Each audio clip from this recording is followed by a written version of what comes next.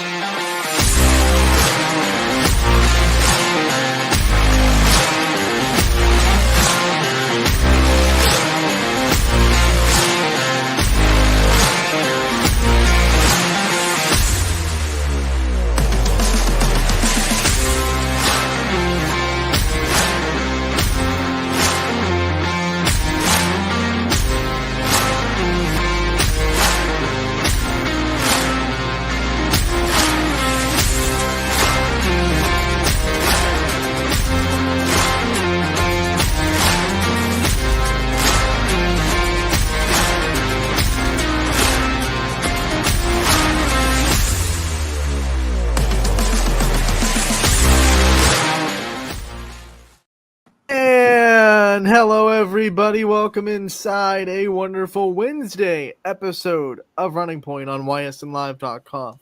Brought to you by our good friends, Greenwood Chevrolet in Austin Town. You can see them above our heads. Anthony Hartwig, Scotty Mincher, like every Wednesday. Tag team and a great show. Scotty, how we doing today, buddy? I'm good. I like how you doubled up on the W's there. Wonderful Wednesday. Alliteration works, Scotty. Yeah, you're a smart guy. I'm a smart guy. Yeah, I think you got me beat as far as the brain goes. Oh, I don't know, Scotty. You got a pretty big. You were stumping Ty. You had him running in trivia a couple of years ago. That is true. It's funny how like me stumping him coincided with him no longer being. I know it's. I don't want to draw dots in the sand, but Ty, we love you, buddy. We miss you on Running Point. If you ever want to come on Wednesdays and test Scotty's trivia again, you're always welcome. Scotty, I'll just make sure I get those real obscure. Yes, the Super Dave questions, please. Yeah, I'll get in touch with Super Dave. Call Super Dave. Ask him what documentaries he's been watching. Who hitting on the third deck on a Wednesday? Yeah, at Yankee Stadium. Yeah. Crazy. Who's the only left-hander to hit it into the third deck of left field in Yankee Stadium on a Wednesday afternoon? Scotty, I was telling you before we came on, this is the first Wednesday with you in a while. We've been able to bring up the scoreboard, talk about a slew of results. We have all the sports except for football, who we will start tomorrow, but all the sports in full swing. We have volleyball, golf, soccer, all that stuff going down now. The wait is over, and let's bring up that scoreboard. Scotty, why don't you tell the people who's the scoreboard brought to you by? It is happily brought to you by Burnett Pool Spas and Hot Tubs. Got it, Scotty. Let's go. I got it. Burnett Pools. We got it all. We got it all. Scotty's got it all. Scotty's got the sponsor lockdown. Here are the scores for Tuesday, August 20th, 2024. We will start with volleyball. Let's go into Wyndham. They fell in a 4-set heartbreaker to Fairport Harding. 2 losses in a row for Wyndham in both games where they were really competitive. Tough one to swallow for the Bombers in the home opener. 3-1 to Fairport Harding. We go into Grand Valley. They get another 5-set victory. That's 2 5-set victories in a row for Grand Valley. So kind of opposite ends of the spectrum there. 2 heartbreakers for Wyndham, 2 thrillers for Grand Valley as they beat Conneaut in 5 sets, 3-2 at home, just like they did to Wyndham the night before. Hoban, they had an easy time. I don't want to say easy time, but they were able to protect the castle against Padua Franciscan. So the Knights win their home opener in one of those games, Scotty, where Padua Franciscan came in with a little bit of upset on the mind. Excuse me. And Hoban had to say, you know what? This is our house. This is our castle. And you're not getting by it. Yeah, Homan flexing their muscles. Um, and that's the thing, everybody has, those aspirations. They wanna knock off the big dogs, but it's easier said than done a lot of the time. Senior standout for Hoban, Amber Watson, led the offense with 20 kills. Uh, and she also had no, I should say Hope Sherman had 3 blocks.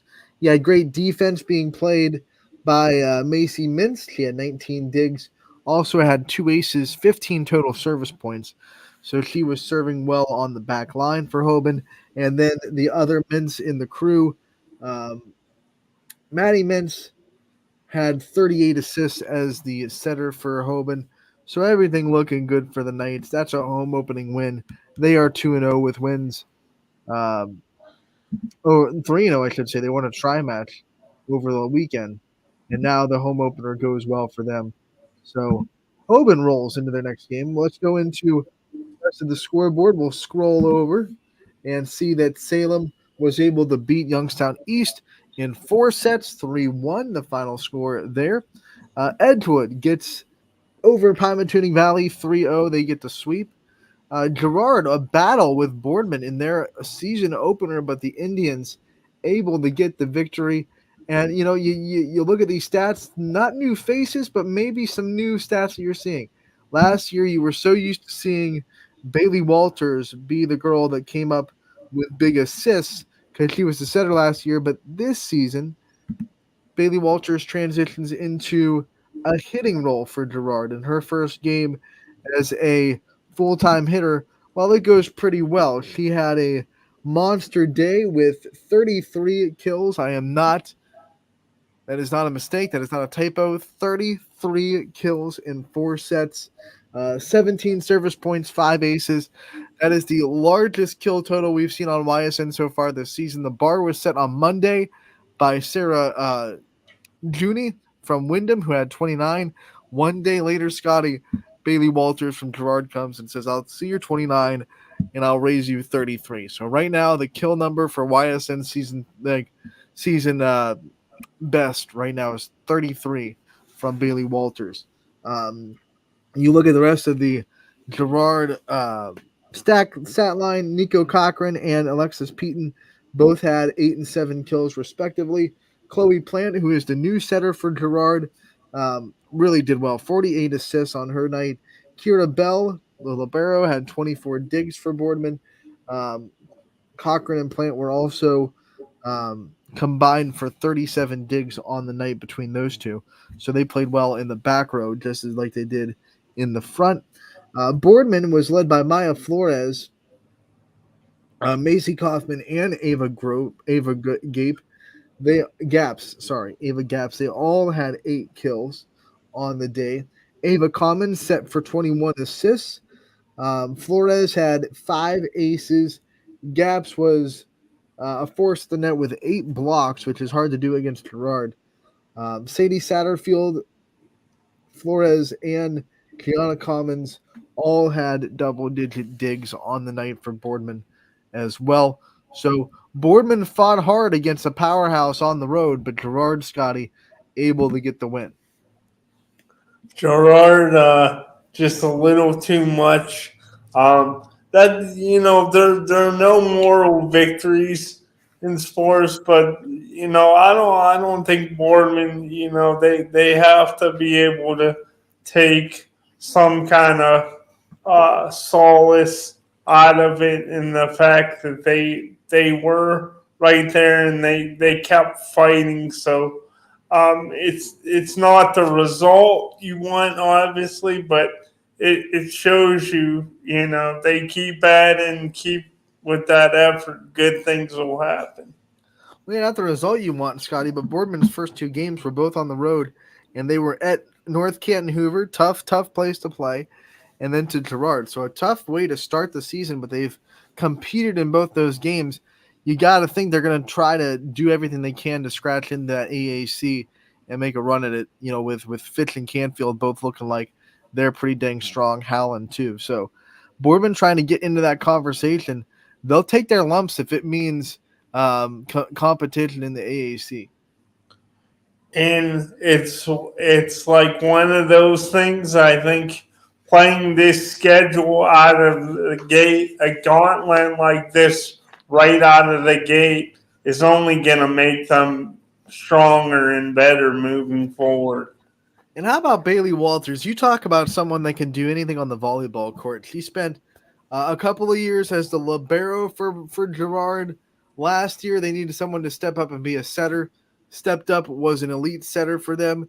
This year, they lose Brie Littell. They need someone else to come out and be a hitter.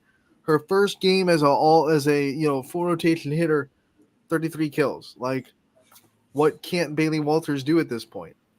Yeah, I say you look up the definition of versatility, Anthony, and she's right You there. might see a picture of Bailey Walters in the dictionary when you look up that word. Yeah. We go to the rest of the scoreboard. Warren JFK, they got their first win of the season at home, 3-0. They were able to sweep Bristol. We saw that Brookfield able to get their first win of the year against Badger. They win that one 3-1 over the Braves. Got some stats for this one to talk about too. Want to remind everyone while we're looking at stats that you can head over to ysnlive.com for recaps of all the volleyball action from last night if you missed some of the games that we talk about here on today's show. If you give me a second, I think Brookfield is on page 2. A lot of recaps from yesterday. There's Brookfield. We were able to get a lot of help and a lot of stats being sent in to us, which we appreciate from these coaches taking time to send us these stats. Brooke Montgomery led the way for Brookfield, 19 kills, a big day for her. You had Leah Woldarski and Mayray Craig with 9 kills. Riley Bird set the offense up with 30 assists, and Woldarski had 12 digs. Alexia Baker and Montgomery had 9 digs each. And then to this add to Woldarski's line, 5 aces on the service line, Montgomery and Baker with 3 and 1 respectively. So a big day for Brookfield. They get their first win of the year. They beat Badger at home in 4 sets, 3-1. LeBray got the win over Cardinal, 3-0, a sweep for the Vikings. East Liverpool was able to take a set from Big Mighty Crestview, but Crestview ends up getting the win. And when we look at, wait till you hear these stat lines, Scotty, because you know Crestview's good at volleyball.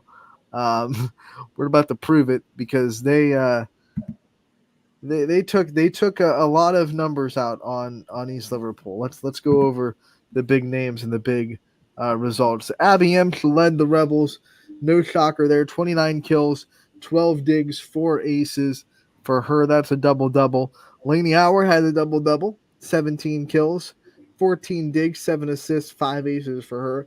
If you thought that was the end of the double-doubles, you were certainly mistaken, because Sophia Stewart also with a double-double, 35 assists, 11 digs, 3 aces. And if you thought that was the end of the double-doubles, you'd be wrong, because Bailey Ash had 11 digs. And, so 4 double-doubles. Oh, my gosh. Woo! I should say 3 double-doubles. I'm sorry, Bailey Ash missed a double-double. But 3 double-doubles for Crestview. That's insane. The set scores were 25-6, 25-18. East Liverpool won the third, 25-22. And then Crestview was a little bit mad that they lost a set. They won set 4, 25-10. The Potters were led by Ava Green with 14 kills. Kinsey Headley, not too far behind, 8 kills for her, I should say. 2 aces as well. Karen Yanni had 28 assists for the Potters, and Ayla Brown put up 7 kills on the day for the Potters as well. Crestview back in action after a week off. They'll be back next Tuesday at Southeast to open up MVAC play. Scotty, what about Crestview having 3 double-doubles? I mean, do you think Do you think they're missing a beat? Do you think they're going to be down this year? I don't think so. It certainly doesn't seem that way. Spearheaded by Abby Inch, but that's something that, like Ohio State alum, when I would watch college basketball, and I know you're big into college basketball, but when you would hear Mark or Clark, I'm sorry, Kellogg doing a game, and he'd talk about the stat sheet stuffers. When you read that stat line for them, that's what it reminded me of, stat sheet stuffers. So I was looking this up, Scotty, last night because I wanted to know when the last time Crestview lost a regular season game was. You have to go all the way back to October 10th, 2022. So that's almost 2 years. If they go through this regular season, or at least go through the month of October, they'll hit 2 years without losing a regular season game. That was to Fitch back in 2022. It's a long over a year win streak in the regular season for Crestview. Unbelievable. They're just unmatched in volleyball, especially in the area. Incredible things. They win against East Liverpool once again in 4 sets. Lakeview starts off league play. They lost a set to Hubbard, but still got the win. The reigning NEA champions open up the league with a win. How about the wild one we had in McDonald? Middle Ridge falls to McDonald in 5 sets, 3-2. I was there for this one, Scotty, and when I say wild volleyball, I mean it. If you were not a volleyball fan and you watch that game and then you're still not a volleyball fan, you'll never be a volleyball fan at that point. Like, you're not going to be won over by the sport by anything if you weren't won over by watching this game. What a crazy one. Let's break it down. 5 sets. We'll get the set scores for you here. So McDonald won the first set 25-15 after being down 15-13 and winning the last 12 points of that set. So they went on a 12-0 run, 1-1. It feels like McDonald has all the momentum in the world. Middle Ridge flips the script, right? Says, no, you do not have any momentum right now. They win the next 2 sets, 25-20, 25-18. So, Scotty, at that point, you're thinking, okay, Middle Ridge have the momentum now. They're going to lock this down. Then McDonald says, no. We have the momentum. They win set 4, 25-14, like emphatically. So you're thinking at that point, okay, now it's McDonald with the momentum. They opened up the 5th set on a 5-1 rally. They were up, I think, 7-2 at one point. Okay, they're rolling. And then Middle Ridge fights tooth and nail in the 5th set. It goes extra points. McDonald pulls it out 17-15. And they win in 5. That alone, if I just said that, Scotty, I think that would have you hooked, right? Yeah, that is, you talk about a roller coaster, emotional roller coaster. I think it's one of those based on how you described it, Anthony. It's everything you could ever want in a volleyball match. Like if that was the first one you watched, like that's a perfect one to tune into. Okay, then let me add to that, to all the stuff I just said. I'm gonna add in saying, and then I'm gonna say this statement: the most unbelievable, ridiculous balls kept in play I've ever seen in one match. Like, both teams had multiple balls that I thought there was no way they're getting this over the net, and they found a way to do it. One girl had the ball go off of her shoulder and over the net. It was crazy. It was ridiculous when some of the balls that stayed alive in this matchup too. So when you add that to the fact that the volleyball scoring was good and no one could keep momentum, like I said, if you weren't a volleyball fan after watching that matchup and you still want to boohoo the sport, I don't know what to tell you, Scotty. Like, you'll never be a fan. You're just a hater at that point. Let's break down the stats. McDonald, Gianna Constantino had a big night. 15 kills for her. Aubrey Evans was right behind. She had double-digit kills as well with 13. Haley Kuntz had 6 kills out of the middle. And then Sierra Shiley had 4 kills. Miley Titus played an excellent game as a libero everywhere, getting plenty of digs on The Mineral Ridge offense, Shiley also had two big blocks up the middle of the net down the stretch. So we go into the Rams side of things. Ava Hewlett, huge night for her, 26 kills, 23 digs. That's a double double. Gianna Wilson had 11 kills. Brooklyn Gilardi had a double double as well. She had 10 kills, 16 digs. She was really impressive because she was just a defensive specialist last year, and now she comes into a full time hitting role this year and really hit well. 10 kills, double figures, double double. That's a good first game in a bigger role for Brooklyn Gilardi. Sullivan Sandy was the setter, replacing Samantha Aulette, who obviously did a lot of great things for Middle Ridge before graduating. She had 46 assists on the night, and then Mia Barta. Mia Barta had 5 blocks for Middle Ridge as well. McDonald will go to Cardinal Mooney on Saturday at 12:30 to try to carry momentum into their next game. Middle Ridge will look to bounce back tonight. They go to Columbiana, so it does not get any easier for Middle Ridge. That should be a really fun matchup in Columbiana tonight between the Clippers and the Rams.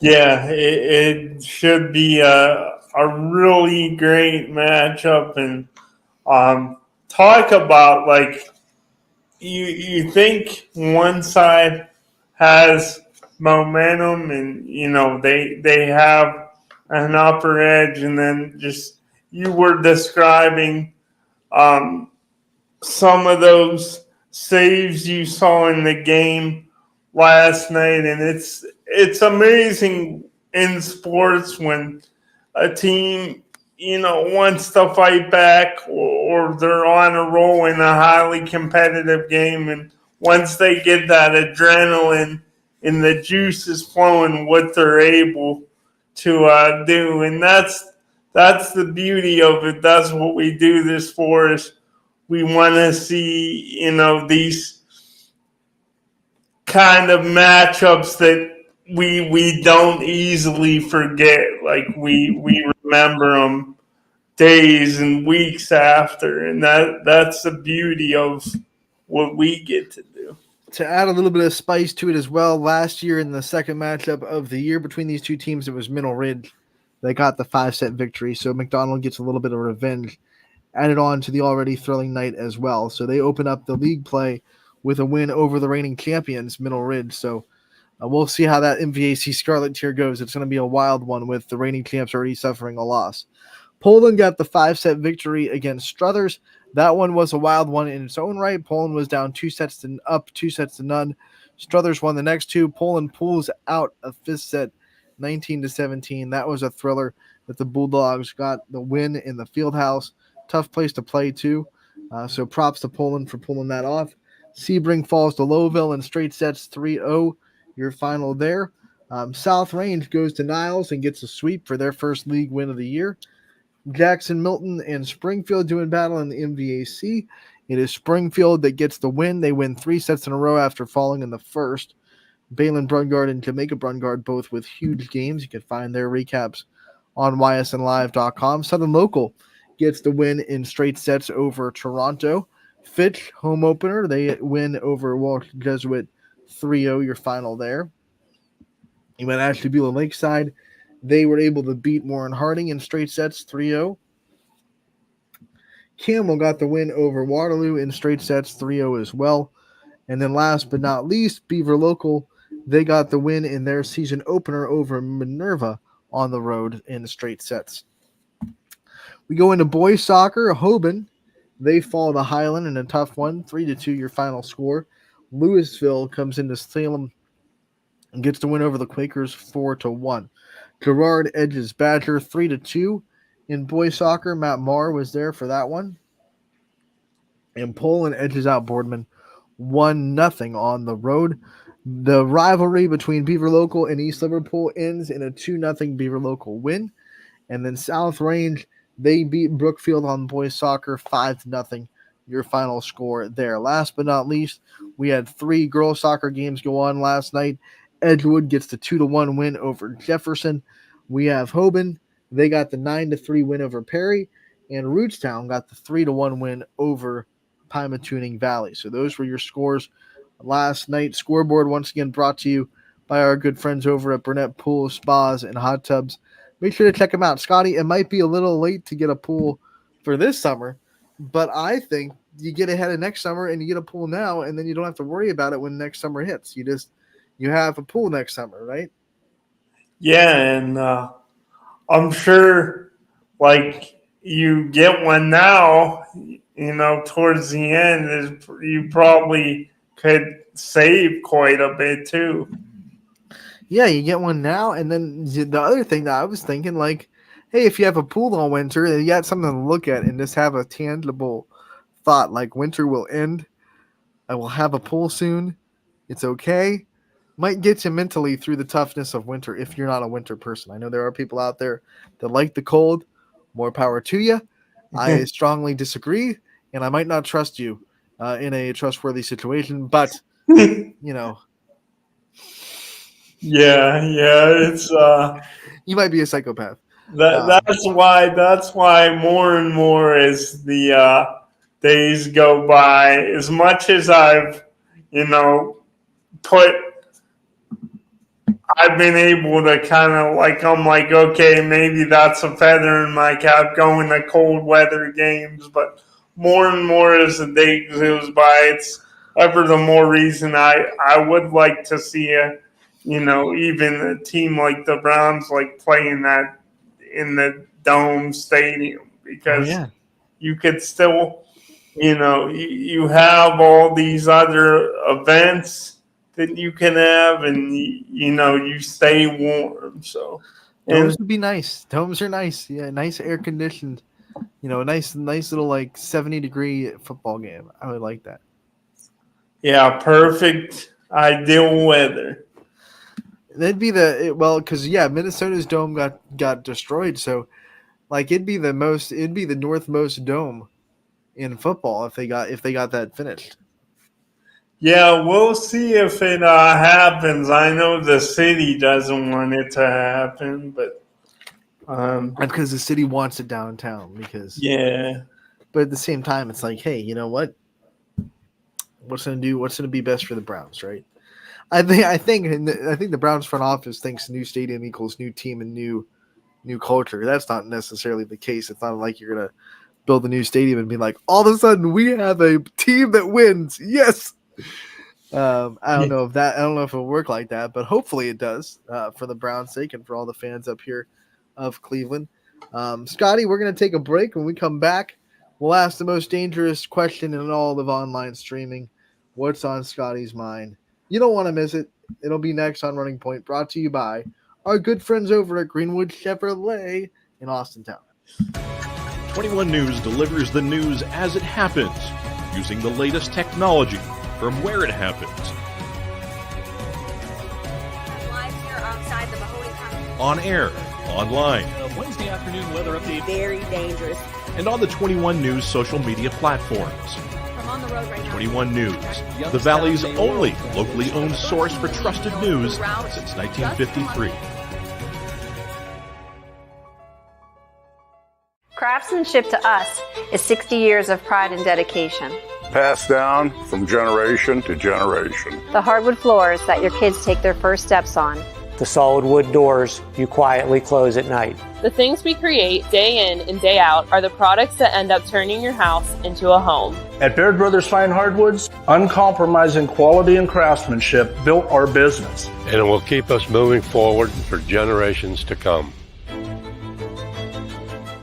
Going the extra mile at Greenwood Chevrolet means we want to take care of the community that takes care of us too. And we have to work together always. And that's how you stay in business for 40 years. You know, I love being a helper because when I help somebody, it makes me feel good.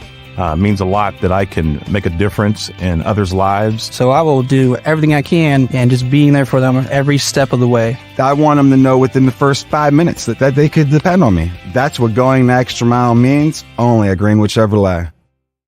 Before the lights come on, before the workday begins, before a long day is ended, or it's time to have fun. It all starts with the people at Joe Dickey Electric. From replacing a light fixture in your home to building a substation for your business, no job is too big or too small. The people of Joe Dickey Electric power them all. Joe Dickey Electric, over 60 years of powering the Mahoning Valley.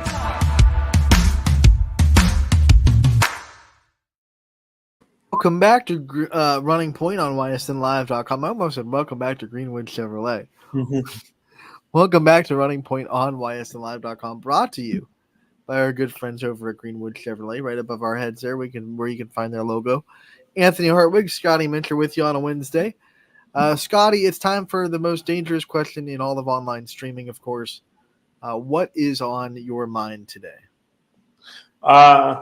Yeah, so I was thinking for today, and before I get into it, I do want to say I do like how obviously you're Anthony and you have the A hat on today. So yeah, I got to get a hat with the S. This is the Braves hat, but it's the Georgia Tech. Like, all the teams have their local college themed hats that they do. So I'm sure the Indians have or Guardians, I should say. I'm sure they have a Cleveland State night probably, where they have hats they give away that are Guardians, but they're Cleveland State put in them. So this is Braves, but it's Georgia Tech. So it's got the gold A and it's got the GT on the side. Yeah, it's a nice one. It's good. I like it. I also have the Royals Missouri hat, which is cool. Yeah, it's a tough when you have so many hats. It's sometimes I have a hat problem. For those of you there might be people out there, because I was looking at the camera angle the other day that might think from the camera, because it's not exactly the crispest picture in the background. They might think those are just dirty clothes that are put on a hamper and a door. Those are all hats, guys. I have a hat problem. That's all hats. Nothing but hats right there. Right? I have a clean room. I don't put dirty clothes out in the open. I have hats. Those are not all my hats. I have a lot more hats over there. You can see hats in the back hat rack back there behind me too. Hats. I have a lot. I have a hat problem. It's okay. Hat obsession. It's an obsession. And there's still one row in that hat bin that's not used, mainly because it's too high for me to get to anyway, so it's kind of pointless using. You don't have to name them on the show today, but do you in your mind, do you definitely have a top 3 or top 5, or is it you have so many hats that you love you don't really have I wear this one a lot. I like it. It's comfy. I like the gold A. I wear this one a lot. I'm sure on Running Point you've seen this one a lot in the rotation. I have a World Series hat from the Women's College World Series that I really, really like. And then there are a couple hats that are just really comfortable. Like the USA softball hat you'll see me wear a lot. It's a Nike dry fit hat, so it really just it feels good on your head. So I love all my hats equally. But there are a couple of them that I wear probably a little bit more than the others. It's kind of like what we do here, right? And when we add a school, you kind of need more. I need more school hats. I have a lot of our YSN school shirts. I need some school hats here. Yeah. We should make you could. Hey, you want to be talking about Running Point? Give me a hat. For those of you out there listening to the show, moral of the story, you can never have too many hats. No, well, I'm sure you can. I'm sure there's a number where it's too many, but it's going to be really, really hard for you to have too many hats. Yeah. If you have so many hats that you can't even get out of your room anymore, probably time to call somebody. You probably need some help. Before we go completely off the rails here. What's on your mind, Scotty? What's on your mind, man? Yeah. So I wanted to talk, and I know there's going to be a lot of talk of it tomorrow and Friday as well. But I guess I wanted to start an intriguing matchup for me, week number 1. And it's funny how it works out with you being an alum. But the South Range Springfield matchup, week number 1, do you think South Range, they still had a successful season last year, were very good in the first year under David Rock, and it was the first year without Dan Yeagley in a long time, and they still went out there, had a very good season. And I just wanted to know, facing Springfield, who's been a team that's, they're just a well-run program as well, and they always seem to, be a force and be there at the end of the season. But I just wanted to know from you, Ant, not specifically just this game, because, we have shows where we make picks, and obviously we're going to, with the audible call covering a lot of it. So not just specifically this game, but just an outlook on the season for South Range. Do you think it'll be easier now for David Rock in year number 2? He kind of got a chance to get his feet wet last year, and do you think South Range, or are you at least hopeful that it's one of those things where, they plug guys into the system and don't miss a beat? Or do you think it might take, not that South Range isn't good, obviously they're very, very good. They've been very good a long time, winning state 2 years ago. But do you think it might take till year 3 or 4 to really see the fruits bear of the David Rock, his kind of labor? Or do you think South Range is ready now to, have a season that was even better than last year's? I think South Range is always going to be just South Range. I mean, they haven't had, I don't think they've had a losing season in a long time, so that's way off the table. So they're going to be in the conversation. They're going to be in the playoffs. It's almost a foregone conclusion. Don't want to put extra pressure on the players by saying, like, Sharpie it in, but at the same time, it's almost like you kind of just lock it down. Like, South Range is not going to lose, more than 2 games and miss a playoff spot. Nowadays, now that 16 teams make the playoffs, they'd have to lose even more than 2 or 3 to miss the playoffs at that point with the schedule they play. So, yeah, they don't miss. I'm not saying this because I'm an alum. It's fact. They don't miss a beat. There have been plenty of years, even since Ysn started in the last. This is our 8th football season. In the last 8 years, it's a lot of people graduating. Right, that's 7 senior classes going away, and every year it feels like they lose someone that people go, well, they're not going to be the same without them, and they are. They find ways to just be the same old South Range that wins a lot of games and does things the right way and gets respect from a lot of other people in the area. It's just that kind of thing. It's that kind of football program. Now, when I'm talking about David Rock, one of the things that I like to see in years 2 and 3 and even 4, like you said, not winning. Like, he's going to win. He's a winning coach. He's going to put a good product on the field. I like to see kind of like what the program starts to look like when the kids that were in the youth program when that coach took over starts to get into the varsity level. So I start to see how their vision for the youth of the sport is going in the program. That's what I like to see. So when we come up in maybe like year 4, I would say, of David Rock's tenure, and we start to see like freshmen come in that were under kind of his program for youth, that's what I like to see. I like to see when those kids come up through the middle school and I don't know if in the Little Raiders, like 5th, 6th grade. So like 5th grade last year, they'll be freshmen in 4 years.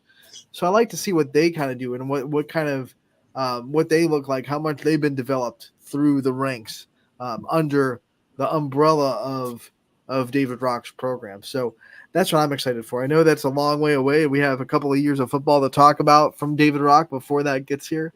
But I always like to see like the 3rd or 4th year of a coach's tenure at a school to see what their youth program has been able to bring up to their varsity program. Because until then, you kind of have the guys that the old coach kind of had, right? You kind of have the seventh graders that the old coach was, nurturing with his staff in the middle school, and the eighth graders. So when you take over and you're there for about 4 years, then you start to get everything that's produced from the way you're running the youth of the program. So I like to see that. I can't wait to see what David Rock's efforts and definitely elite coaching kind of produce when those kids from the youth level come up into his program, fully under his umbrella. Do you think like maybe that is David Rock's biggest challenge? Is not that not as far as making the playoffs, but because like you said, that it would take. I mean, they've been so good for so long. It would take epic proportions for them to fall short of that. But do you think it's as far as like letting that complacency set in and things like that? Do you see that as maybe that's his biggest along with the development is not letting that complacency set in and keeping guys motivated, keeping them hungry? I think the biggest challenge for almost every new head coach, when we say putting together a staff, I think a lot of people end that with, okay, who do you have as your varsity assistants and who's going to be with you on the sidelines? And then that's all they kind of think about when you say building a staff. But when you build a staff as a head coach for a varsity program, you're also building a staff for the junior high. You're also putting people in place running the youth program even under junior high. And you have to put people that you really trust in those positions to get the players to you where you want them as a freshman. So and you have to really trust them because you don't get a lot of time to go down there and micromanage seventh grade, eighth grade, junior and younger. You don't really get the time to kind of see what's going on down there. So you have to really trust those people to get done what you want to be done at those increments. So when they get in freshman year, they're where you want them to be in your program.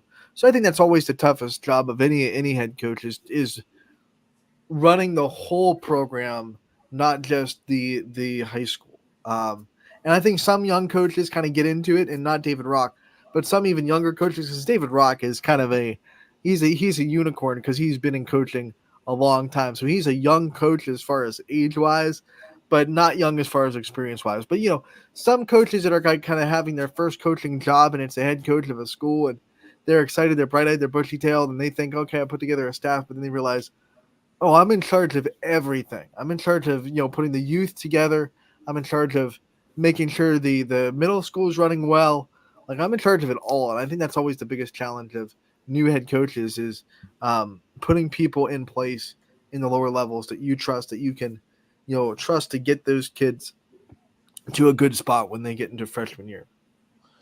And then also, and I was just wondering in terms of Springfield and tying it in the South Range, what are some of the biggest ways that you think Springfield is going to test, and what are some of the biggest ways to test the Raiders as far as one, an X's and O's standpoint, and then two, maybe just as far as the mental, in a mental capacity or physical capacity? Where do you see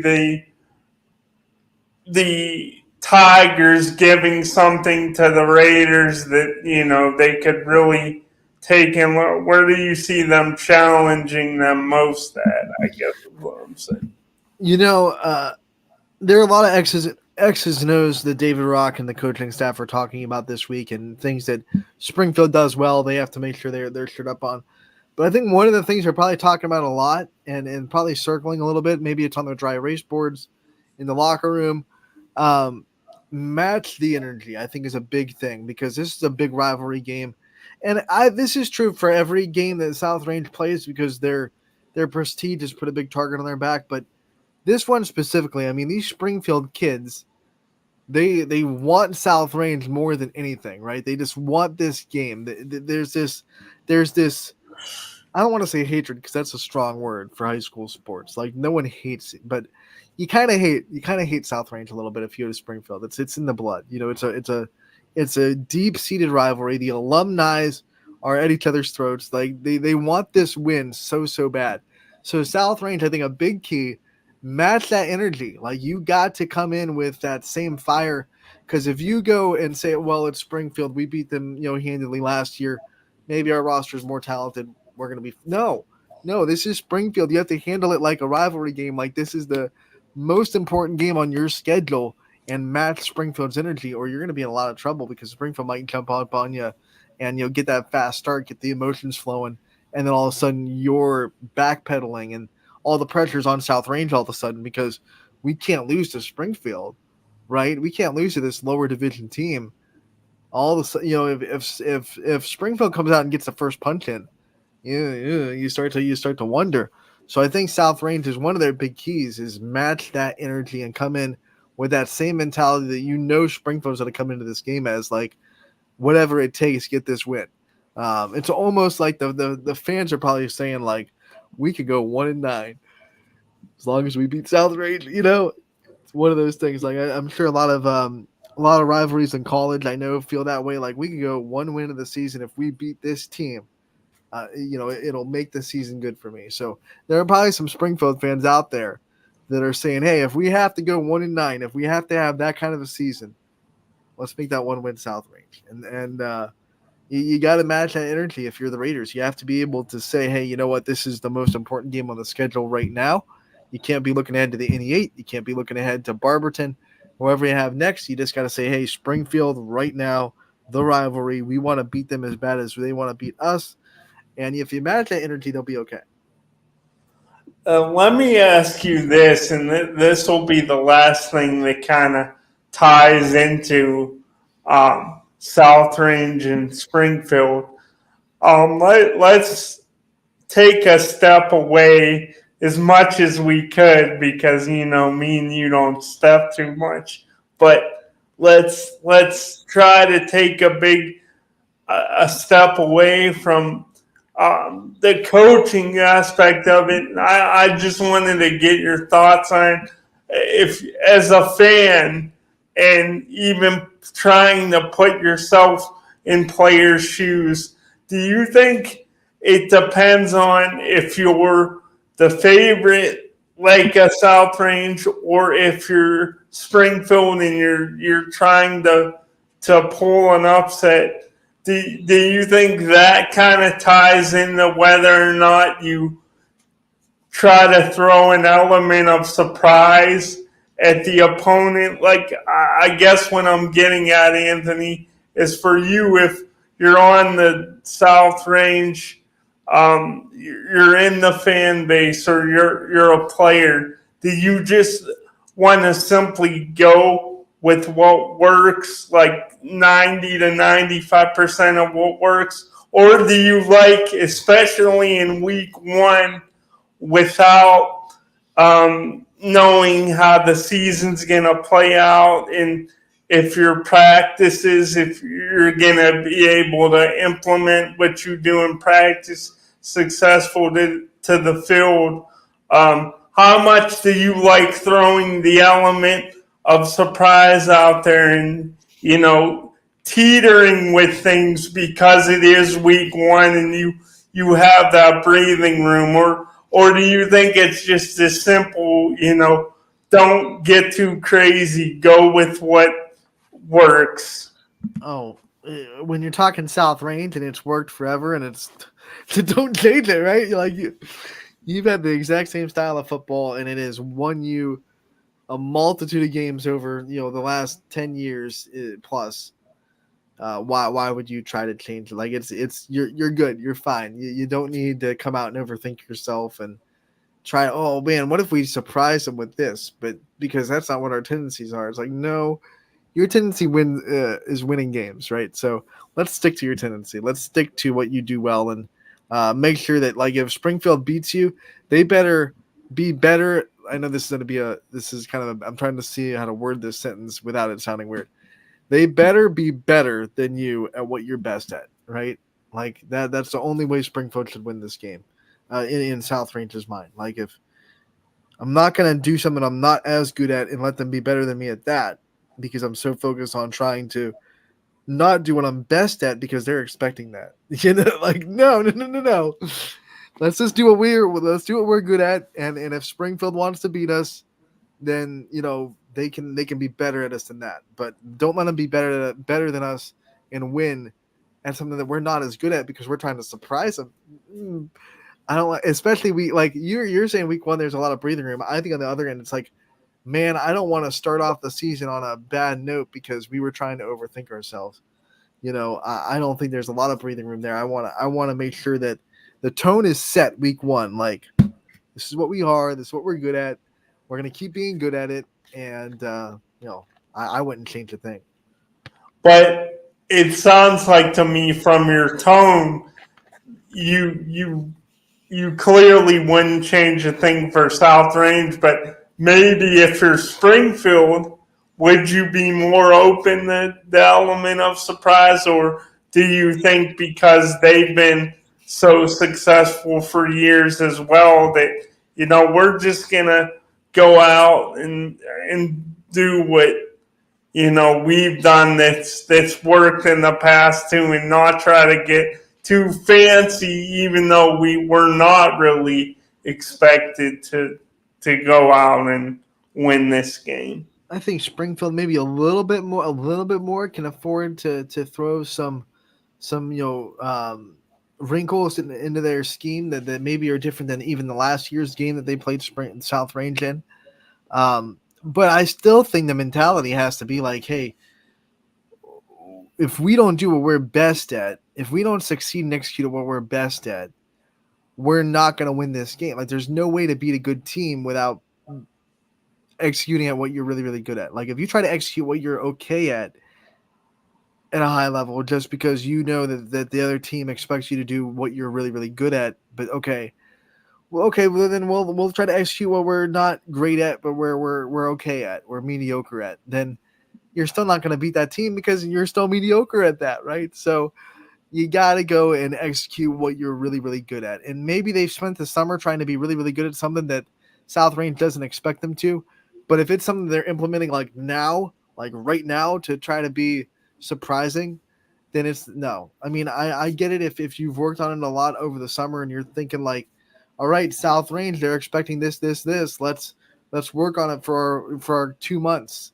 That we're doing this now.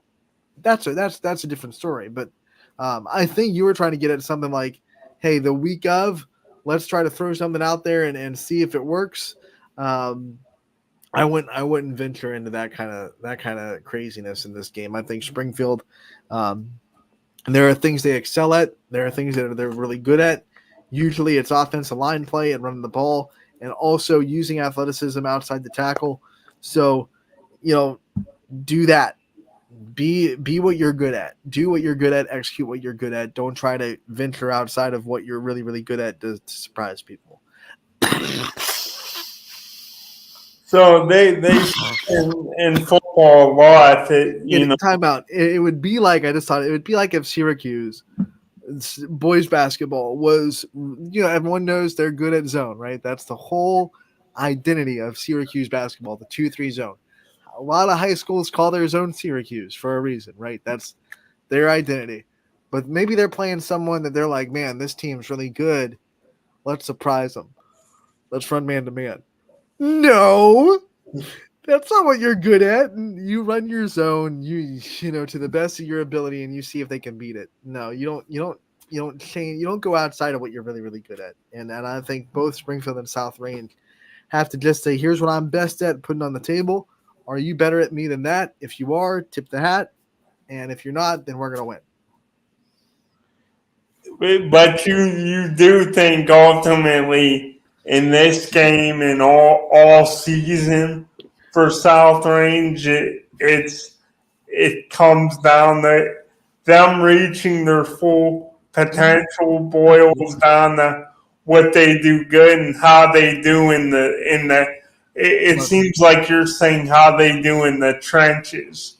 I think the South Range, the way they look this year, the only thing that'll stand in their way is kind of themselves. I think like if they don't execute, or if they turn the ball over, or if they start to, you know, get a little bit undisciplined, yeah, there are definitely teams on their schedule that are good enough to sneak up and get them. But when I'm looking at it, and I think, man, if South Range just executes and plays really good football all 10 weeks, I don't see a team that is better at them at what they're best at.